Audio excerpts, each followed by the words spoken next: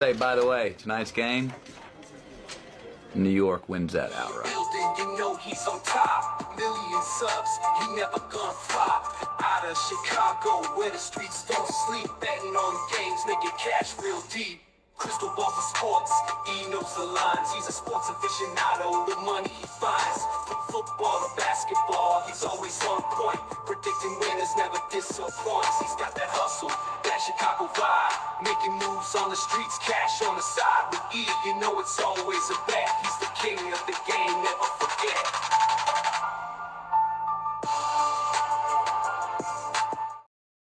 Hello and welcome to the Etoft21 Sports Show for February 17th. How is everyone doing? My name is Erik. I'm the man behind Etoft21 Sports. Absolutely loaded episode for you today.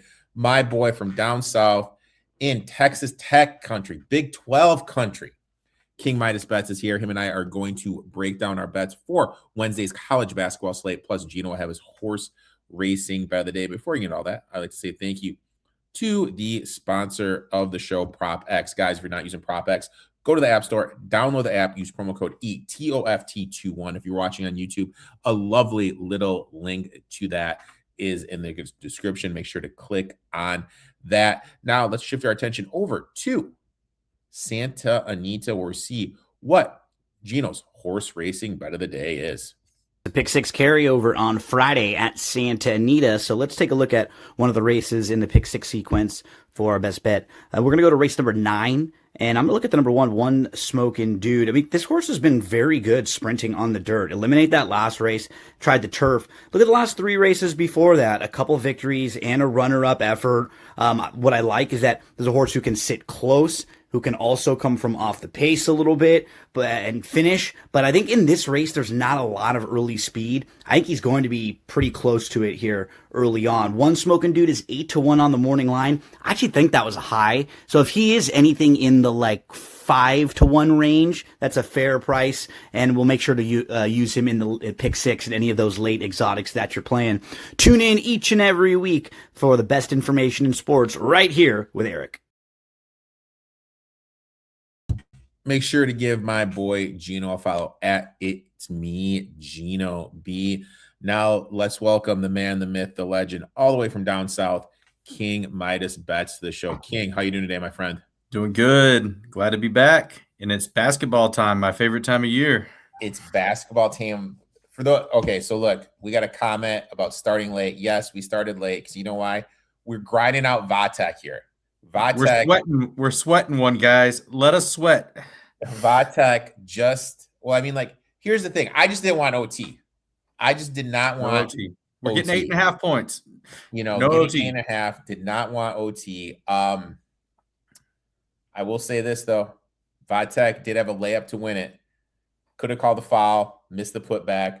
But hey, good teams win, great teams cover, and Vatek lives on the fucking bubble, baby. Love it. So we are, what is up? Roar. Hi, how are you doing? MSU belt to ass. Yeah, my boys over down at State. War. Not even close. Not even close. Some ass. What is up, my friend? Thanks for tuning in. So we're here to talk a little basketball. Obviously, a loaded slate of college hoops. Some great games over the weekend. I am really interested to hear what your feedback, but takeaway from the weekend is, my friend. Yeah, absolutely. The top of the Big 12 between Iowa State, Houston, Arizona is really, really entertaining, and Kansas, and they all play each other a ton coming down the stretch. So we just watched a great game between Houston and Iowa State last night. Iowa State got the close win at home.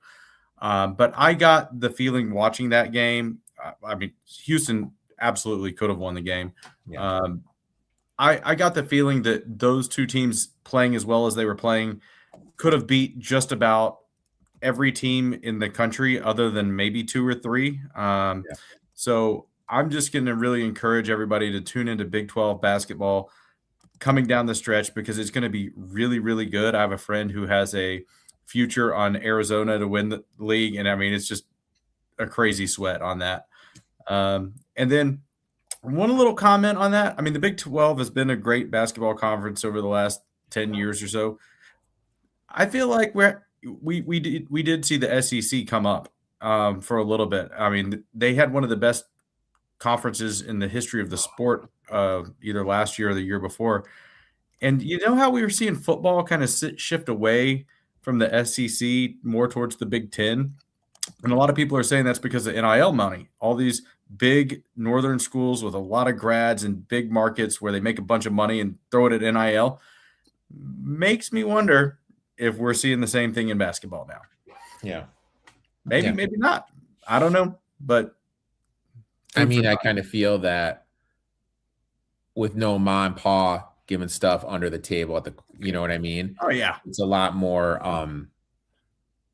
I don't want to, a lot more friendly, a lot more competitive. You know what I mean? Like a lot more teams can do it. I mean, well, hell, you look what Texas, now that everybody can pay players, then it's a you look what Texas Tech was able to do during the football season. I mean, how much money, Jesus Christ, how much money did they drop, dude? I mean, they dropped an absorbent amount of money down to them. So yeah, I agree 100% with what you're saying. My takeaway kind of has to do with that. I love Texas Tech Red Raiders. I want it to be clear. I have a future on them to win it all, but I do have one concern. It's their depth. They really only go 8 deep. And when you really look at it, 6 guys play meaningful minutes. The 7 and 8 guy play about 12 minutes and less a game. 5 players are averaging over 28 minutes per game. Atwell, Anderson, Toppin, all averaging over 4 minutes a game. And that's where my worry comes from. If Atwell, Anderson, or Toppin get in foul trouble, Texas Tech comes off a physical game, then they have one of those, that quick turnaround, especially against a team that pushes a pace. I think they're going to really lack the depth, and their lack of legs is going to show up. Don't get me wrong. I love their big 3, Anderson, Toppin, Atwell. I take that trio pretty much against any top 3 in the country. Talents-wise, toughness-wise, they're elite. But in a tournament setting, short rest, quick turnarounds, thin rotations, all that worry me. And because of that, as much as it pains me to say this, I am going to be looking to fade Texas Tech probably in their second game. You know what I mean? Not their first, but that second game. Like hypothetically, let's say they play like a St. John's. You know what I mean? And then that next game after that, they play like early on a team what's a team that likes to get up and down? I'm just thinking off the top of my head, a Texas A&M. That next game, that's going to be the game I look to kind of fade them, dude. That's the game I'm worried about. Makes sense. Might have some dead legs after that but, up and down game. Toppin could score. If Toppin's able to get what he got against Arizona, against Houston, even against Kansas, I mean, he's going to get it against anything. Oh, no doubt. It's just going to be a battle of attrition for them, though, over time. And I do like Tech. I went to school there for one whole semester and bounced, but it was Bob Knight's first year in Lubbock. It was went to almost every home game. Crowds were insane. It was a lot of fun. Oh, dude, that's got to be something, dude. It was fun. So look, you know, this is supposed to be a gambling show, and you know, I try to keep it a gambling show. Now and then, I'll open up to my crazy personal life. It's scary. And I'm going to share a little tale. You know, big guy, you know, was dating somebody. You know, we broke it off. Took a month to myself. Did Whole30, lost 23 pounds. Nice. And I was like, you know what? Time to get back in the game. You know, did a little swiping on the Bumble. Matched with a lovely young lady. Oh my God, dude. Like the shit that this girl was saying, dude, when we were out on the date, it was the longest 43 minutes of my life. Damn, you had that down to the minute. Now, here are just some of the highlights. Okay. The earth is flat and there's an ice dome over the earth. And Musk is trying to shoot the starlight. Is that what it's called? Like this little Starlink. He's trying to shoot it through the ice dome. That was a talking point. Zac Efron and Megan Fox are the same person. That was a talking point. Teddy Roosevelt, Robin Williams, same person. And she didn't even say this for the second date? I mean, actors and actresses are guardian angels. that they are because they can play many roles and they bring happiness to people. What else did she say? Dude, you got to go on a second date and wear a GoPro or Okay, meta glasses. She told me that The people need this. Escape the Matrix. Okay. And that her purpose is to let other people know about the Matrix. And then I was like, well, does that mean since you're talking to me here, am I outside the Matrix? And she's like, no, you're still in it. And I'm like, well, how can we talk? Like, you know what I mean? Like, I'm like, this doesn't make sense to me. And she goes, that's a common misconception, and just change the subject. I go, you can say that about anything. That's a common misconception. And I love the fact ever since I started talking about this, like the viewers have just completely dropped. I will end you at this. People don't want this. Come on, stick around for the three bangers, guys. The best part of this, dude, was this. Okay, at the beginning, like, we're talking and everything, and I go, I really like your boots. Okay. She replies, yeah, I get that a lot. Usually the first thing people see about me. Personally, though, I feel, I'm only 4'11". I feel I need to get a reduction. I feel they're too big for my size. My daughter tells me I shouldn't get a reduction. And I'm looking at her go, like, she boots. Talked for like 8 minutes about getting a boob reduction. And I look at her, I go, I was talking about your boots. And she goes, oh, I'm sorry. Like, that was the highlight of the date, dude. And then after my 46 minutes of hell, she comes to me and she's like, I had a real good time. We should go out again. I didn't know what to say. So I just said, I feel like I learned a lot. I didn't know what to say, but we're done talking about adventures in dating. Let's go ahead. We need to take a gander back at how we did on last week's show before we dive into this week's bets.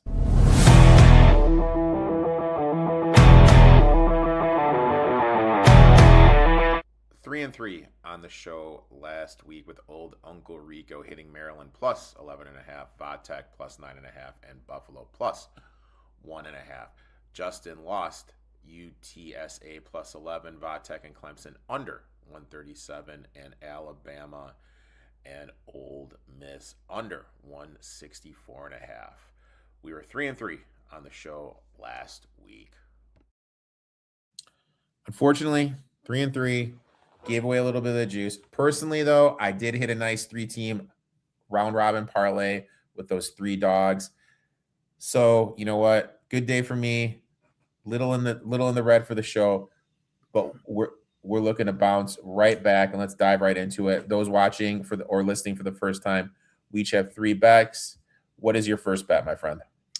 All right. Looking to stay hot this year. College basketball, my favorite sport to bet, most profitable sport. I am sitting at 71.55 on the year, up 20.5 units. First bet is Penn State -3. And don't get me wrong, Penn State is a terrible basketball team. But so I'm not really betting on Penn State. I am fading Rutgers. Rutgers is even worse. They are 0-7 on the road. This is a road game for them. Rutgers 0-7 on the road. They are actually coming off a win. And what you see pretty often with really bad college basketball teams is they win a game and then just completely go off the rails the next game. It does not start a streak. It is just like they breathe a sigh of relief and go mail in the next one. Penn State, like I said, bad team. But they have a lot of close losses in there that I'm not saying they're good, but they lost to USC by 2. They lost to Washington by 3. They lost at Ohio State by 6. They lost to Michigan, very good Michigan team, by 2 points. They lost to a very good Michigan team, Michigan State team by 4 points. The real mismatch is going to come. Penn State has a decent offense. So if you rank all teams 1 through 334, Penn State has the 137th offense. Not that bad. Rutgers defense is 318th. I mean, just about as bad as you can get. They can't cover anybody. It's really, really hard to win road games when you don't play defense, which is why they're 0-7 on the road. So I think Penn State is a pretty safe bet in this one. Little pissed because I had this one circled too, and you beat me to it. Yeah, I love it. It's first game on the board, 5 o'clock Central for people that want to, jump in on some early action. I like it. I like this one a lot. I'm personally going to be on that one as well. This one, you know what? You're going to have to shop. This one's dropping. When I first put it on the sheet, it was 5.5 down to 4.5. So we're going to say it's 4.5. I'm taking the Missouri Tigers plus 4.5.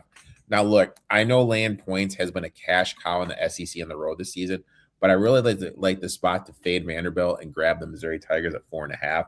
Vanderbilt's coming off a dominant 13-point home win over a tough Texas A&M team.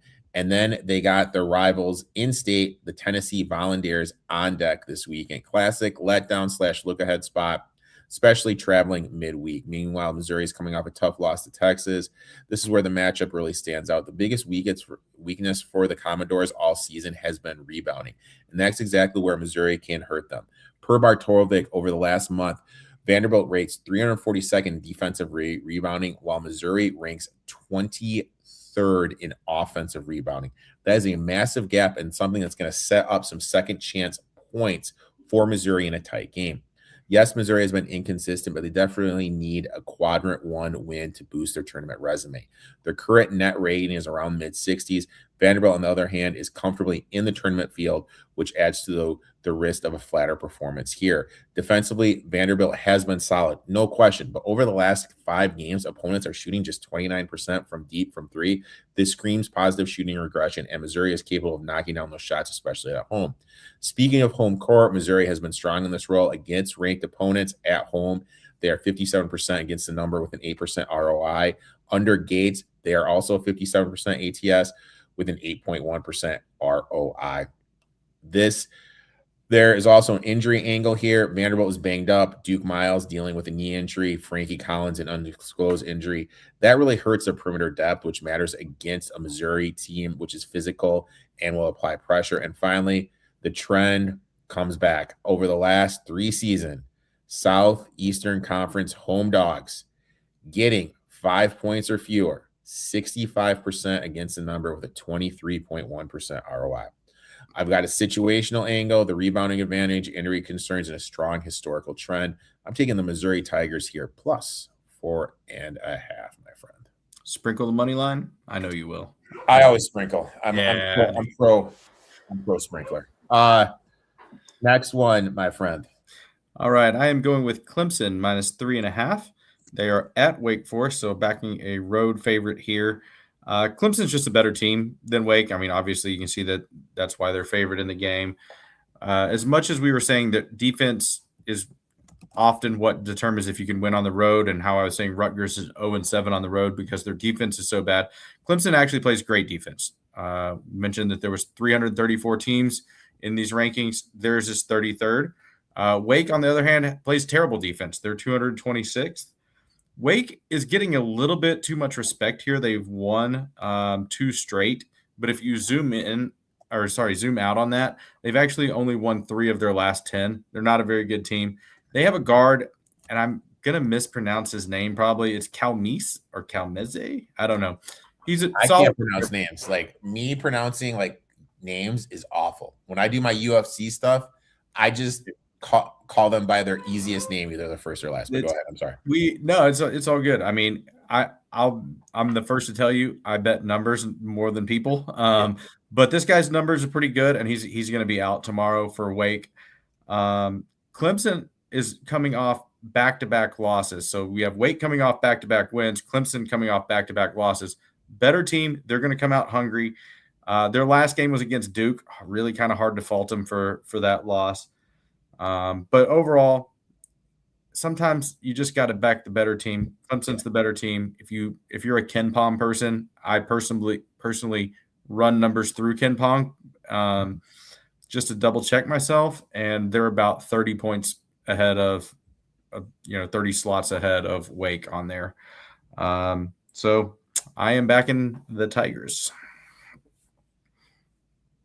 You know what? I hate them too for not covering that play. I had 12.5 too. I hate them for Dude, that. yeah. Oh, this is good.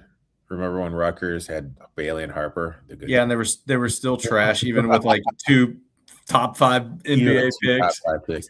It was funny. Like I saw that comment and I was just thinking, God damn, I'm so old. I remember when Wake Forest had Rodney Rogers, Randolph Childress, Tim Duncan, bro. Tim Duncan. Jesus, dude. The good time. Wake is yeah, they're not what they used to be. It's a really tiny school. It kind of always amazed me that they were as good as they were. But no, Clemson's gonna D them up tomorrow. My next one, and Jesus Christ, this is becoming a show favorite. Going to the Terps, dude. Give me Maryland plus 8.5. And honestly, my first reaction when I saw this, I was like, what am I missing here? When you dig into the matchup, Maryland is clearly the better rebounding team. On the season, they're stronger on the glass. And if we zoom into the last month, it's even more pronounced. Per Bartolovic, Maryland ranks 54th nationally in rebounding, while the Wildcats are 353rd. Massive gap, especially defensively, sets up for Maryland to get a real edge in second chance opportunities. Coaching trends. Buzz Williams has been excellent as an underdog. In his career, 58.3% off a loss as a dog with a 13.7% ROI and 55% ATS as a dog overall in his career. On the other side, Chris Collins struggled laying points, 47% against the number as a favorite. This is the first time Northwestern has been a favorite in conference play all season, and we expect them to win with this much margin. 9 points. Are we kidding ourselves here? What really stands out is Maryland, I don't think, has been priced right over the last couple of weeks. They've been playing significantly better. They run outright as 10.5-point dogs at Minnesota, beat Iowa as 10.5-point dogs. Now they're catching 8.5 at Northwestern. Kind of feels a little bit off here. Game is in the 140s. That's going to be a slower pace game. That's what the total is, excuse me. Slower games always favor the underdog, especially when both teams struggle to shoot the ball, which comes back to my other point. Rebounding is key here. When shots aren't falling, the team that control the glass is going to cover. And situationally, this is the great Big Ten angle. Over the last 5 years, Big Ten conference teams that are road dogs with a winning percentage of 500 or worse, getting 8 points or more in conference play, 73% against the number. Bottom line, 2 flawed teams. I'm always going to take the team getting the points, especially one that has the rebounding edge, the better coach against the number, and a pace working in their favor. Northwestern has struggled against physical teams all season. That's exactly why I'm taking the Maryland Terps here, plus 8.5. And yes, I am going to spring on that goddamn money line, dude. Whew. You got to, dude. You got to. Can I ask the audience a question? We've now bet on a game involving Rutgers and Maryland. Would you rather watch games with Rutgers and Maryland involved, or go on the date that your host went on for 40? You got to last 43 minutes. Jesus, dude. See what the people say about that one. And dude, like, I'll be honest, like, I might take the nice boots. Just saying. The nice boots. I'll be honest. I hadn't been drinking, so like that beer tasted so good, so I was just savoring it. And looking back at it, I think the only thing I got out was I grew up in Michigan. I really think that's the only thing about me that I got out. So sometimes you just gotta listen to what these people have to say and learn some things. Dude, it was an interesting, dude. We're killing the viewership here, man. Dude, like, I don't even know, man. Like, I really, like, I just, Jesus Christ. No, we're not going to. Okay. Hey, we already know the answer to that. Jesus Christ. We already know. Jesus. All right, moving on. Let's keep it PG. The answer is yes. I wasn't there, but the answer is yes. Next one, man. We're going to Big East Country. St. John's, the Johnnies, they're having a hell of a season. Not enough people are talking about them. They're now 20-5 on the year. They're facing they're on the road against Marquette. They've completely cratered. Shaka Smart basically doing to them what he did to Texas. St. John's on the road doesn't scare me at all. They're 7-0 on the road. They've won 11 straight games. Marquette's awful. They've They're 3-7 in their last 10, even against some not great teams mixed in there. Talking about the numbers, St. John's, very well-balanced team. They have a top 70 offense. They have a top 70 defense. Marquette has not cracked the top 240 in either offense or defense. So St. John's has a huge advantage on both ends of the court. I don't have a whole lot other than that to add. I think that this is like a 20, like that. When I saw that line, it jumped out to me like they mispriced that. I started checking injuries and stuff because I was like, there's absolutely no way that they made this line under 10 points. So I'm rolling with the Johnnies, and if they somehow can't win this game by 10, I'd be very surprised. Why is Marquette so bad this year? Because of Shaka Smart. That's your answer. Mark didn't want to deal with agents. He refused to meet with any NIL agents. And I mean, like, in this phase of college basketball that we're in, you got to play the game. You got to meet with those guys to get the dudes. Marquette, Marquette does have NIL money, but if you go get it, if Smart isn't talking to the kids, though, you know what I mean? The other thing is there's a lot of schools that have NIL money that doesn't show up in a certain program because the boosters don't like the coach. So, for example, I'm in Austin, Texas, University of Texas baseball. You know, there's deep pockets it's the richest athletic department in the country. People didn't like the baseball coach, so there was no NIL money. As soon as they fired him and hired a new coach, guess what? There's NIL baseball money. And that's really the issue. I mean, if I was going to have one concern about my bet on this, it would be that they have a lot of their losses are decently close. Like in the 5, 6, 7 point range. All those teams are worse than St. John's, though. They can be scrappy. They can be, and I will give Shaka credit for that. Usually his teams can be scrappy and play hard. If you go back to his VCU days with the Havoc defense, they were great. But as soon as he showed up in Austin, it all went downhill. And he kind of got Marquette going for a little bit. Nah, same thing that happened in Austin, just nosedive. I think St. John's runs through him. I Googled right here. I Googled Marquette coaching rumors. First thing that pops up, I kid you not, an article in the Marquette Journal. Is Marquette ready to add transfers? Shaka Smart talks involving in this days and age of college basketball. He just didn't want to talk. You know what I mean? He wanted to build it the old school way. And that's the thing. Like, you can't do it. When we talked about Rutgers before, they're all young. All those kids are going to be gone. Rutgers doesn't have any money. The problem with firing him is that his contract goes through like 2030 because they extended him when he actually looked like he was going to do good. And then the game changed with NIL. He hasn't kept up at all. So they may be stuck with him because there's such a fat buyout. But I want to make a comment about basketball-only schools and NIL because there's now a revenue sharing model where schools can directly pay players up to a certain amount of money. It's like $24 million a year. And football schools are giving about 70% of that to football. Basketball schools that don't have a FBS football team to spend that amount of money on can spend all of it on basketball. So theoretically, if they have the money, their basketball team should be the highest paid in the country. Now, that doesn't count NIL deals that are done, outside of the school, but it's a huge leg up in basketball for basketball only schools. And to me, if I'm a Marquette person, I'll pay the buyout, get them out of there. Let's start paying players. And I mean, it's the only sport that you try to win at. Go for it. I mean, when we just kind of step back, Marquette has a men's and women's basketball, men's and women's lacrosse, excuse me, men's and women's soccer, women's volleyball. Then they have cross country, track and field, men's golf, and a men and women's tennis team. Yep. They should be throwing all their money at basketball. All their money. Like all of it. All their money should be at basketball. Milwaukee's a great town. I love Milwaukee. I love MKE, dude. if they get basketball going with the money they have there, it'll fund all the rest of those.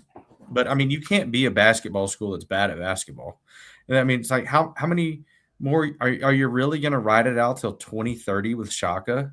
Yeah, he's gonna because his whole thing is build within, build our players, blah blah blah blah blah. No, I love that version of the sport. It just doesn't exist anymore. You got to go out and do the NIL. And dude, you know what I miss? What I haven't done in a while? The Milwaukee Double. The Milwaukee Double is when you go up to that noon Big East start on a Saturday or a Sunday, and then you grind out the Marquette game, go to Major Goldsby's across the street, then you go to the Bucks game at night. Interesting. That's the old. I have done that a couple times, my friend. I'm proud to say. You invite me the next time you do that. I'll fly up there. We'll do it. My next bet. I'm doing it. I'm getting grimy, dude. Give me a little Big East basketball. I'm taking Butler here, plus 6.5. A few angles I really like. First, there's a real strong trend the last 2 years. Coming off a game against UConn, teams are just 37% against the spread. And if we look at just Big East teams after they play UConn, it dips down to 32%. This post-UConn hangover is real. And I really think with it being such a top-heavy team and UConn being the cream of the top crop, there's just such a buildup for that game. There's just a natural letdown, even if you lose. Now, when we look at Ed Cooley as a favorite, his teams have struggled to cover, just 47% against the number. Dips down to 44% when he's at Georgetown. Speaking of that, the Butler Bulldogs have quietly been excellent playing at Georgetown, winning 8 of their last 9 against a non-ranked Georgetown team.